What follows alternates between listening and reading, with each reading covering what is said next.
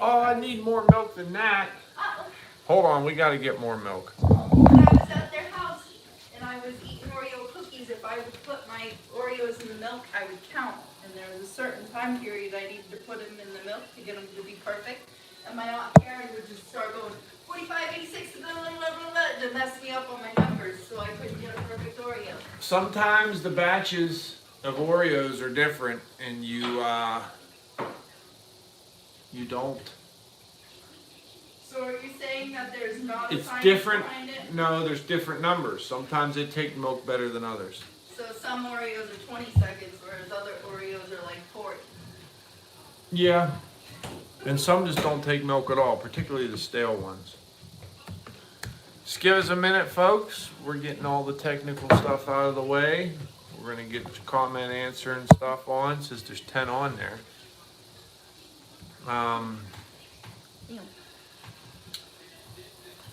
As you can see, the ham is here. Say hi, Fred. My mom was watching. Happy birthday, Mama. Happy birthday. Love you. Love you, Grandma. Dude. Oh, okay, you can't see the junk. No, you can't see the underside. The dog junk. He's well-to-do in that region.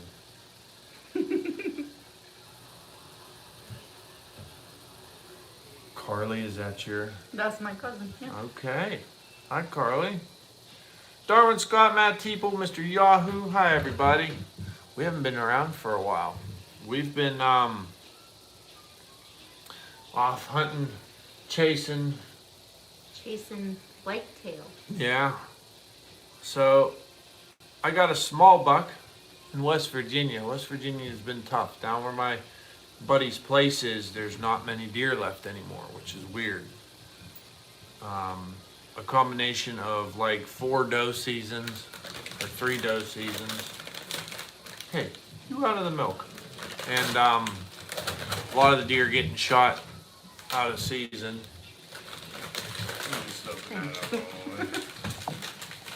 All right, time for him to go down.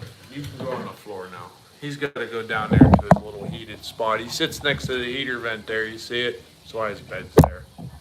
He bakes like a potato. He's a potato. So, Perry Roberts, Randall Duggar, MW Logging and Sons, Jason Maychak, Lilwood, and Hardwood Lover. I think that's Littlewood. Littlewood and Hardwood. Come here, Fred. Come here. Come here. Come here. Not so little, Jay. Oh, Lord, don't show that. He shows everybody. He's proud of it. You're proud of it. Saw Surgeon, Clayton Koval, Brian Smith, how are you? Josh Wellner, Sassafras Valley. Okay, we got some people on here. That's good. So it has been a successful hunting season thus far. Jay says no doubt. I'm going. So what was it? November 2nd. We went. November 6th. No, 2nd. November 6th. 6th. No, 2nd's when we went to camp. Mm-hmm. So we went to camp for a couple days to archery hunt up there. I did not see anything worth shooting. It was just a couple little ones. We couldn't get on the lake because the lake flooded. We hunted, one day down there? You saw more buck than anybody. I didn't even see. No, you saw one. I saw the bottom half of a buck. No, I heard it grunting. you saw another one too. It was just little. The spike. Oh, Yeah. I saw the spike. Excuse me. Change the camera so I can be in there. There you go. So, yeah, the lake was coming up. We took the boat out and we went down to the boat launch, and it was like the water was at the top of the boat launch. And the boat launch is, the water's made to fluctuate 20 feet, and the boat launch is still good. And it was at the top of its 20 feet. And we launched the boat, went fishing, because we didn't think it was going to, or fishing, we went hunting. That was the day that we got the flat tire. Yeah, we were gonna hunt in the morning, but on the way out we got a flat tire. I talked about that in one of the other videos. Thankfully, we got the flat tire. Because that would have sucked to navigate in the dark. So we got out there and got hunting in the evening, and it was funny. The water was up so much, I literally drove the boat right up into the woods. Like, I tied it off to a hickory tree, and then I pulled the boat up on shore. We'll just call it dry land because shore was underwater. And hunted, and when I came down in the evening, the boat was floating again. I was like, uh-oh. Well, maybe I just didn't pull it up hard enough. And we're coming down the lake in the dark, slowly, because there was some debris in the water. And come over to boat launch. I'm like, something don't look right. Well, here it had gone up onto the road. The boat launch is a road that comes down this way, and then the launch itself goes back down this way. So the road came down and goes back up to the parking lot, and then the launch goes back down. Well, the water had reached the road now. So the lake was 27 feet over normal pool. It was high, and it was still rising. So there was no more lake hunting. So it kind of threw a wrench into my plans of where I wanted to be. She still had a good spot above You our got camp. me closer to my tree stand than I would have been. Yeah. That was kind of nice. So she hunted up above the camp, and there was a good one up there, and she saw it one night, but it was a little too late. I don't know if you want to tell that story. There was this one spot that I'm gonna eat Oreo. we had been checking out, and there was a lot of rubs, and we ended up finding one scrape. So I sat not far from that scrape, and I get out there in the morning, had to walk through a swamp, and I kicked a bunch of deer up, and they all were in an area that I didn't have a shot on. It was like 100 yards away, and once I got in my stand, I could see like 2 bucks out there fighting, and then what, you don't want to be watched while you're eating? I just thought it was rude. I got to see 2 bucks fight, but they didn't come my way. And then I ended up going out, like the next day? It was the evening when that happened. It was that evening. I went and I sat in the stand that evening, I guess. And I could hear, like, I heard a buck grunt, but it was going down into this valley that was way too far out for me to even see it. But I could hear him grunting, and he went down in. And then next thing I know, behind me, I hear a doe start to blow. And she was coming my way, but not quick enough. And I probably had like 3 minutes of light left. And I just sat there and waited. And finally it was too dark. And she sounded, I could still hear her. She sounded like she was far enough off. So I started to lower my bow to the bottom of the stand. I'm getting my thing that I hooked myself to the tree off. And I've got my arms around the tree. And as I've got my arms around the tree, she comes running in. And the giant comes running in after her. And another buck came in, and he was at the bottom of my stand, like 5 feet from the bottom of my stand, and he snort-wheezed at the other buck. And I like looked over my shoulder and got to see him in all his wideness. That was all I could really tell. I couldn't tell how many points he was. It was too dark. And then he took off, and he probably stepped over my bow when he ran by me. And then the other buck took off, and that was the last I saw of him. So, yeah. So before we left, I told her, look, we're going to go to camp, and we're going to hunt all our butts off up there, and we're going to turn around and come home. And I said, we're going to leave. Oh, yeah? Another country we heard from down there. You're going to come back and shoot a buck. I said, sorry, I'm just laughing at him hacking. It's funny.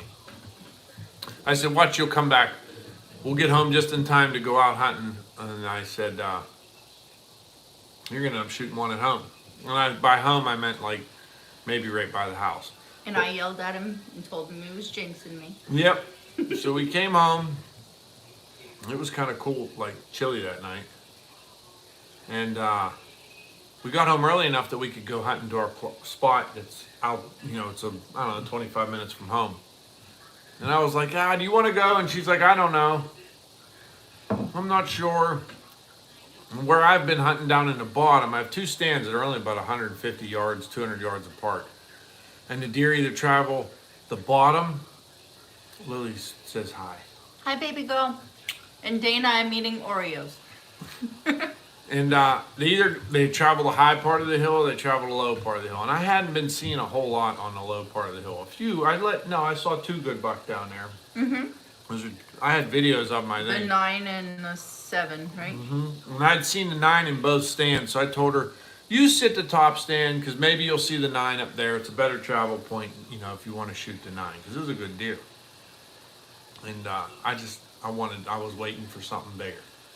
And she sat up there, and we hadn't been seeing a whole lot. And then all of a sudden, I'm sitting there, and I was like, I'm not seeing crap out of my stand. And, I was like, this is frustrating. I've done so good down here. I don't know what changed. We think it was the acorns, but whatever. And then she goes, well, if the night's young, you never know. And I picked my phone up a minute later I saw the 6 point first. Remember that? Yeah, but you didn't have time to text me the 6 point. And I sent you a picture of him, didn't I? Sent you a picture of the 6 point. And then I said something about how they were moving. And then you said, well, stay tight because the big one's going to come by. And I said, I hope so. And then I texted you. Yeah, and then all of a sudden my phone blew up. And I'd love to show you the text message thread, but there's some explicits in there, so we're going to keep it I use the F word a lot. But you can tell the story of that one. Well, first let me start off saying I have hunted with a crossbow before. Never shot a regular bow, compound, or... Never hunted. This is shot yes, one. I shot before, but I messed up my collarbone a while back, and I haven't been ultra confident in shooting a bow, so I've been working on that a lot this year. And I never hunted with a bow before, so this was kind of my first year getting out. And I saw the 6 point. I sent him a video of it or a picture of it, and probably about like 45 minutes later. So the 6 point came in from the left hand side, and he just shows up. Like I didn't even have time to realize there was a deer on its way. It just was there. It was like 12 yards away from me, and I sent him a message because he had warned me that was going to happen. They come in, and they come in quick if they come from this side. So he went over to the right, and there had been a scrape that he had stopped at, whatever, and had kept going. Well, the light shining the sun shining in my eyes on the left-hand side, and so I can really only look out to the right. So all of a sudden, like 45 minutes later, after I see the 6 point, this giant comes walking in. And when I say giant, I haven't shot much for giant buck, but this was the biggest one that I had ever had the opportunity on. Comes walking in, and I didn't even have time to count points, nothing. So he comes barreling down the logging road in front of me. He stops at his scrape long enough for him to like slow down just a little bit. Yours truly made that logging road, by the way. It's never a good place to hunt for. You don't hunt. Yeah, clear cuts are horrible places to hunt for awful. So he stopped at his scrape, and I had one shooting lane, then a tree, then another shooting lane, another tree, and then my last shooting lane. So he comes into my first shooting lane and gets behind that first tree, and I stand up. After he gets past that tree and into my second shooting lane, there's another tree there, and I go to pull back. Well, my adrenaline kicked in, and I turned into a little wimp, and I couldn't get my bow back. So I took a second to collect myself, and I got my bow back. And the second I got my bow back, I lowered my sight, and he was there, and he's gonna laugh at me for calling it a snapshot, but that's what my dad calls it, snapshot my buck. So I kind of just hit him on not a run, but a fast walk. And I knew I hit him far back, but I heard a thud. And that was like I know I hit him. It was a good feeling. But I could see my fletching in the side of him. So I see I hit him. I see my arrows in him, but it didn't go through. And it was far back. So he goes taking off down the path towards the way that we normally come into that stand. So I send Pete a message, and I just was like, I got him, I got a big one. And so I got a message that said, I hit him. And I was like, who? Yeah, he didn't know who. And she says, a nice one. I had never seen this buck before, so I didn't know. She says, I said, well, how big was it? Was it the 9? She says, no time to count points, explicit, explicit, explicit. Well, I knew it wasn't the 9 point he had shown me pictures of, because that one was big, but this one was bigger. I thought it had a broken tine on one side, on the right side, which it did. It had a broken brow tine, but it wasn't. I had described it to him, and he was like, yeah, no, it's definitely not the buck that I had seen in that stand. So I texted him whatever, and he was like, all right, let's wait till dark. Now, I'm used to hunting with a muzzleloader or a shotgun. Normally you shoot something and it's dead not far behind. So I've never hunted with a bow, and didn't, like, he was like, no, you have to wait it out. We're going to wait a little bit before we get down and this and that. So I don't think I could have safely gotten down from my tree stand anyways. So she was texting me, and I said, just stay put, don't move, because the direction the deer ran, it would have had to come by me. If it, it had to do one of two things. It either run down and cross this valley, which is all beaver ponds, or it would have had to cross the road, and I didn't think it would have had to do either. And it didn't double back on her from what she could say, because she could see darn near to the beaver pond. It's narrower, we're hunting. It's a bottleneck, that's why I hunt. And I could see the field that was behind me, and he didn't come out to that either. So I said, just stay put. And he didn't come by on the logging road in front of me, unless he snuck by up high, but I didn't, I said, I'll check. When I got down, I was real quiet, went up over the hill, checked, looked for blood, see if I could find blood the whole way up to her crossing the road. So I said, well, he didn't come up the hill. He had to go down. I snuck into her through the field, and then there's this little path takes you into the logging road. And I snuck back to her. As soon as I hit the logging road, there was tons of blood, and I was like, "Oh, okay, this is good." And I got back to her. I said, "Show me where you shot." And she pointed, and I looked, and she got down, and I told her there's a lot of blood. And I said, well, "What do you want to do?" And I said, "If you think you hit it back, we need to wait." You know what I mean? It's because back is liver, maybe worse. You don't know. And the way where the deer was standing where she was, she couldn't tell, but he was quartering away a little bit, which was a good thing.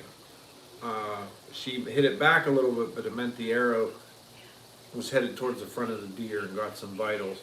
And she said the arrow's still in the deer. It just stuck in him when he ran off. Like it passed through. We could find blood on both sides of the deer's trail, so I know the arrow had went through. So I said, it's thicker than Vietnam in here. I said, let's back out. We can come back at 10. But I said, tracking a deer and this stuff in the dark is horrible. And I didn't want to push it. No. And she said, let's just wait till the morning. So we came home, and I said, I'm going to go into work real early. I'm going to load a truck because it was going far south. I said, then I'll come back and I'll sit in my stand and see what I see. See if this thing's moving around or whatever. And then you meet me at 10 a.m. and we'll go look for it. And she showed up at 10, and on the way out I walked. I didn't find no blood anymore. That night was the longest night. Yeah, I get in the bedroom and she's laying in the bed with the sheets up to her nose and her eyes are as big as this, she's staring. I was like, what's wrong? She says, just thinking. And I said, yeah, you know what you're going through right now? And she's like, yeah. I said, you need this. You don't realize it, but you need this. You need this. Every bow hunter needs this. And she's, she's all nervous. So she come the next morning, and we go walking over. We find the blood where we left it off last night. And we started working down the blood trail, and it started to peter out real fast. Found the arrow, and the blood just started disappearing really quick. And I was like, oh, no, not this. Well, I had jumped in front of you right before we found the arrow, because I was like, I want to be the one to walk up on it. And then we found the arrow, and the blood kind of just stopped. Yeah, so she was looking for blood, and I started going. We were marking it with ribbon tape, and I looked up, and I was like, I saw a whole bunch of blood. Like, this deer stood here, and that said he stood here, and he either took off running some direction or he laid down. And all then I saw a butt, and I was like, okay, there's the deer. So what I did is I didn't say nothing to her. I grabbed my phone, and I was like, It's like, I got a message or someone's texting me or calling me or something. I got to take care of this. I said, take this ribbon and mark that blood. And she come up in front of me. When she got in front of me, I turned my phone on the video, and I videoed her. And she walked up on her deer, and when she saw it, she just like totally lost her shit. She didn't know I was videoing her. And she freaked out, and it was all stuck in the jaggers. She was pulling it in the jaggers. There was some explicit said. But I wanted the video for her family, for her dad, because he's up in Rhode Island. And I'm not going to share that video on YouTube because it's just a personal video that some things are just for us. So, but yeah. So get your picture of your deer on your phone. We'll hold it up in front of the camera so people can see. But it would have been a perfectly typical 10 point had it not broke the one brow tine. The one right before I shot it too. Like you can tell it was broken a day or two ago. It didn't even have rubbings in it, and you could see the blood vessels like kind of in the horn still, in the porous part. There's little red dots in there from the old blood vessels. So it was a very fresh break. It was very sharp. So, but whatever. I still call it a 10. So, hello everybody in there. I saw Steve was in there. Skidder Kev's in here. Billy, Schmanny, Lee Boyd, all you guys. So. That's my buck. It's not very. Do you have any other pictures of this thing? Hold on. There it is. Oh no, that's a better one. No, really. Yeah, really. Hopefully it focuses. Here, hold on. Whoa. Hold on. There's one without me. No, Let with me you's see. good. Hold on. But you can see the broken brow tine in the picture. Well, there's hers. Hey, Dana's messaging me. Yeah. Yeah. So. See? Oh, yeah, it's a good one. It was a good buck. Really good buck. I'd never seen that one before. So, she got hers all early, and now it was down to me. And I was hunting like a fool there them last couple weeks, and it just started to feel like a job. I don't think I saw any good ones after that, did I? No, I did. I saw a real good 8 behind the house, and he walked right under me, and like, the closer he got, I was like, you're just not big enough, I got 4 or 5 of those already. And I let him go. I literally send him a message. He's on his way home, and I'm like, there's this big buck behind the house. You need to get here now. And he went back, and he's like, oh, yeah, I passed him up. Yeah, she was upset with happy. me. So I was just like, well, I was kind of getting excited that I might have a buck tag for a change in rifle season. Usually I've got one with the bow. So either way, they've changed the PA rifle season now. Used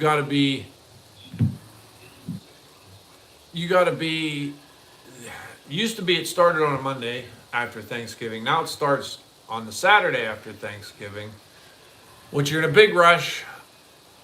Long story short, we got up there Friday, snooped around a couple spots. We got up there Thursday, snooped around a couple spots. Found a spot that for your brother to go. Yep. Found 2 places for him, and I kind of had 2 ideas in my head picked out. I wasn't sure which one I was going to take. Ended up choosing the one spot where I killed my first buck 20 years ago, and I killed another one the year after that. And it's like 3/4 of a mile. It's actually Woodcutter 62. It's off of 449 trail, if you know where that's at. He knows where that's at. He's done cuts off of there before. It's about halfway out. It's not far from 450 trail or 550. 450 trail. So we get down in there, and it was cold. We had snow. It was great. I got my tree expecting deer to come rolling off the hill because people get up there, and it's like 8 o'clock. There's nothing coming. I haven't seen a deer. I'm like, what the heck? She came and sat the first day, but she went further around the path and sat on a big rock. She's like, I just want to be there if you shoot one. So, and it was not warm. It was like 20 degrees, snow.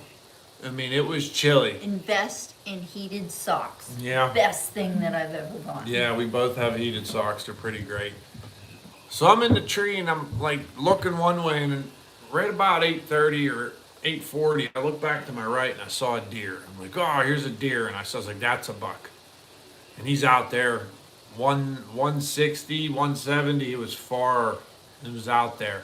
Long ways through tall timber. And his woodcutter can tell you there's a lot of beech growing out there now because all the beech is dying of a blight. You're getting all these short things growing, these little saplings growing that are really,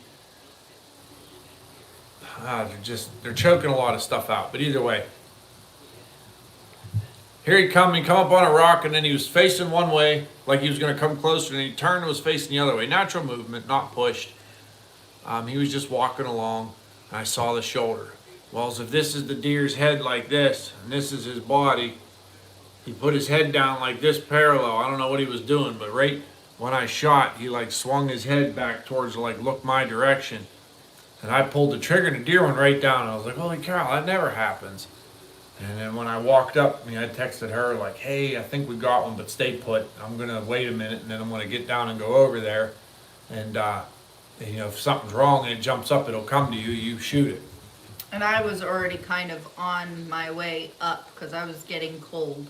So I was going to go and kind of walk up the path and see if I saw anything or could move anything around to him. And I literally put my pack on and got, apparently I stood up and got service. So I was able to, get all my text messages from that morning and everything else.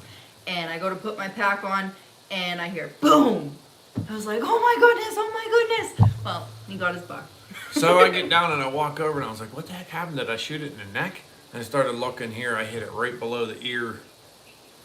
Right below the ear on one side. And it came out right back here. And I was like, oh, I'd never said I'd never shoot a deer in the head. Ever. I felt so bad. It's not like you meant to. No, and it was totally accidental. I got really lucky. And then she goes, I'm sitting there looking at it, and she goes, well, look at it this way. She's like, that deer never knew it was dead. It was just done. He was out. Lights out. And I was like, yeah, you make a point. No suffering. That's his buck. That was the buck I got. Those are both the other picture in the thumbnail in the front. That was both of us. Mm-hmm. So that's both our deer. Yeah. So, but at camp, out of the camp, we ended up getting 4 buck this year. Your dad got his first one in a while. My dad hasn't shot a buck in 26 years. He shot one on Monday about noon. And we kind of both got to see him shoot. Yeah, it was pretty cool. I got to see that deer go down when he pulled the trigger, but I didn't know it was him that shot. And then we had a friend of mine, Corey, he shot a nice buck. Mm-hmm. My brother shot a buck. And we had some, our other buddy, he missed one right before my dad shot his. Yeah. One of our friends got a doe. That was pretty cool. It was just... It's a lot of cutting up of deer. Yeah, we cut a lot of deer. It was something else. We cut deer 2 nights in a row. So that was a hunting season. That's where we have been. The West Virginia buck was pretty uneventful. Nothing huge, just like a basket rack. I thought it was turned out it didn't have brow tine, so I think it was a 6-point or something. Or it was missing a brow tine. So. Little Southern Brothers, what's up, guys? So I saw somebody in here say that their young son, or their grandson, Sassafras Valley shot his first deer, a doe. 8 years old. That's awesome. Tell him congratulations. And then he said he took the empty casing to show and tell. Oh, I hope he didn't get in trouble. I love that. Uncle Jim, you can yell at the camera all you want. I can't hear you. Sorry. So, yeah, it was an eventful season. Needless to say, we have a big taxidermy bill this year because we have that muskie I caught. We're getting a fiberglass replica of him made because we measured him. And then my walleye. Her walleye's getting fiberglass remake. We measured him, but we ate his ass. And then now the $2. Now we got $2. And plus we're getting my dad's mounted for him for Christmas. And then I'm doing the turkeys. We had a year full of wall hangers. It's not a bad year. Pricey year at the taxidermist. There's worse things in the world to happen.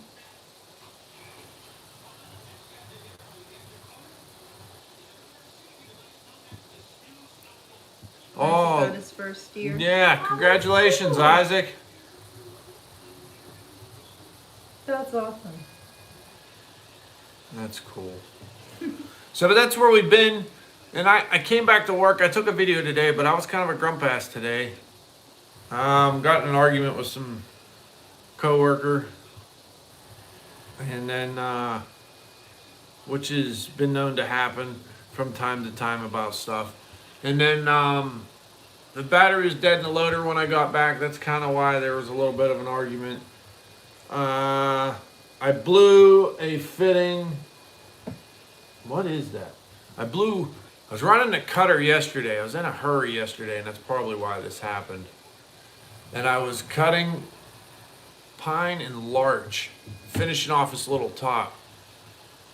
And there's a fitting that goes from the frame of the machine, like the lifting arm, down to the cutter head itself. So the main hoses that come down for the main grab arms, they come down, all those hoses go into a bulkhead where there's a number 12 on the two for the grab arms. There's a number 12 flat face. Why did that stop? There's a number 12 flat face that goes to a number 8 JIC bulkhead fitting. So the number 12 to a number 890. And then it goes into the number 8 bulkhead. And then it goes from the number 8 bulkhead, it sizes down again, I think, to a 6 JIC. Well, I snapped that number 1290. The bulkhead fitting was all galded up and had broken threads in it, and the 6 on top of it was galded too. I figured I'm going to get them and get them all. And it took me. That's Prince Valley's going. He's got a rum and coke waiting for him in a hot tub. Alrighty, buddy, good. Have a good night. So I had to run all over Tarnation. I covered 2 states. I tried Ohio, West Virginia, and because I'm close to West Virginia line. I ended up driving all the way back to a spot right by my house to get the fittings. And then I had to buy a whole shit ton of oil for the machine because I blew a ton of oil out of it. And man, if anybody's been buying hydraulic oil lately, oh God, I got $300-400 just in oil. Universal tractor too. We got it up and running now. And then today, now the truck that's hauling off me broke down. He's got some issues. He has a leaky air tank and he had some fuel filter issues. They're working on that now, but the air tank they can't get it till tomorrow, I don't think. And then now the skidder is acting up. I don't know what's wrong with the skidder. And then the dozer. So all of you guys have been asking what's up with the case dozer when I was talking about it in the other video. So there's the rock guards. It doesn't have the full rock guards. It's only got the rock guards on the front and the back. And the 2 rear rollers are out. They're done. They're cooked. They're just rolling in there, but not like they're supposed to. So it's letting the track come up and catch that rock guard when you're going forward. If you roll over like a little stump or a rock or a stiff ditch or something, it catches it and machine turns. We got to get that fixed. There's a pump leaking in it. I leased that dozer. I am in the market for a dozer right now. If anybody's, but I'm very picky. I want a 650J or H or a 700J or H, but it's got to be a forestry package and have a winch. So if anybody got one or knows of one close to them, you can send me a link on my email at fox.trap@live.com. That's fox.trap@live.com. I haven't pulled the trigger. I think I found one, but I don't know if I can afford it is the problem right now. This is a real, buying a dozer is a real, I know I need to do it. I don't know if I can do it kind of thing right now. So all right, woodcutter, you take care, buddy. So that's where we're at with all that stuff, but I just want to. What? No, it's not. Every time I What always happened? get woodcutter. Nothing. It's fine on here. It's not. Oh, it's not catching up on here. I don't know what the heck I did. There we go. Mine's messing up.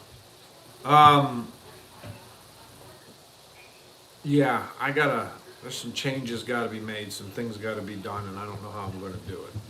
It's frustrating. It's hard to expand. I have the opportunity right now, but being one person makes it very tricky. You know, you're kind of limited to the income you make. There's so many people saying you should buy this, you should buy this, you should buy this, and all those things would be great. But you have to remember, I'm still only one guy. I can only put one ass in one seat at a time.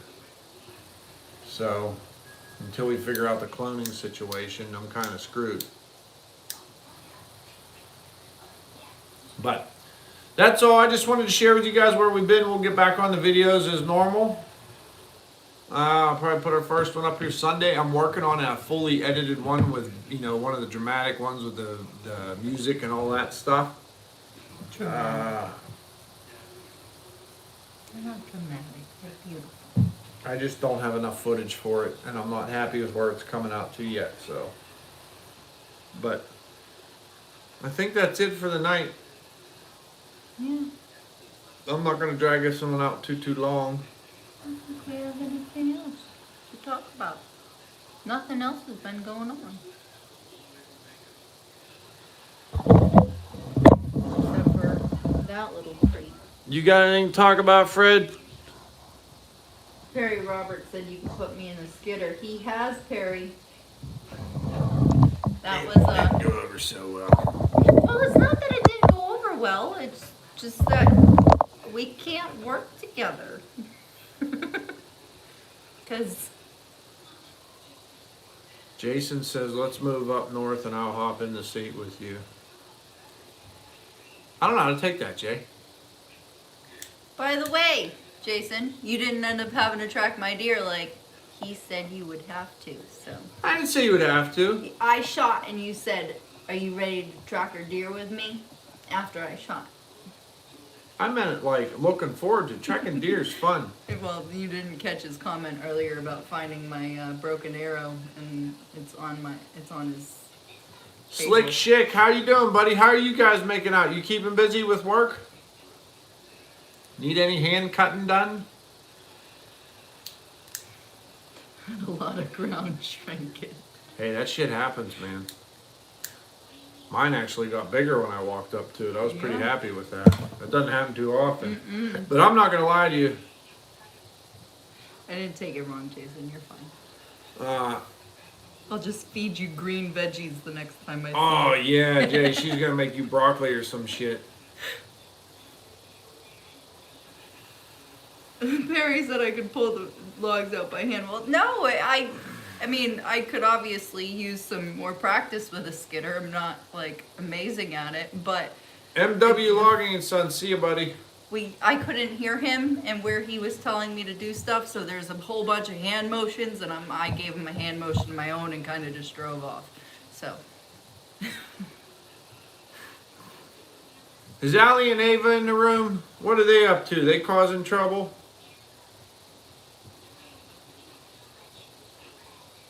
Alrighty, Chick. I think you got my number, I think, dude. Yeah, I'm pretty sure you do. Yeah, I got your number somewhere.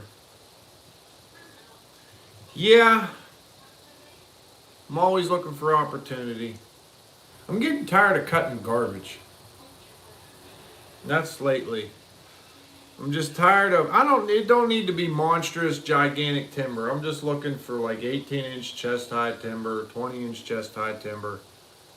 And to not have to cut in brush, jaggers up to your head, slash up to your head, work pieces of land that have been cut over twice in the past 20 years. It's getting frustrating. And I'm not blaming anybody, because understandably in the area I'm in, we can't, the guy that buys the timber has trouble competing with the Dutch sawmills, the Amish sawmills. And I don't know how you compete with it. I've seen the numbers. I don't blame them for not getting it, but I'm okay with cutting smaller stuff that they don't want to go after, like the smaller pieces, you know, the 8, 10, 12, 15 acre chunks. And it sucks with the moving costs, but yeah, I don't know. So, I think we're gonna jump off here because I'm tired. Fred's tired, Fred's always tired. and I just kind of want to sit down and I gotta make another video. Crap. So, all right, everybody, y'all take care. You have a wonderful night. Have a good Hellos from night, best of guys. us, and as always, don't you dare let your meatloaf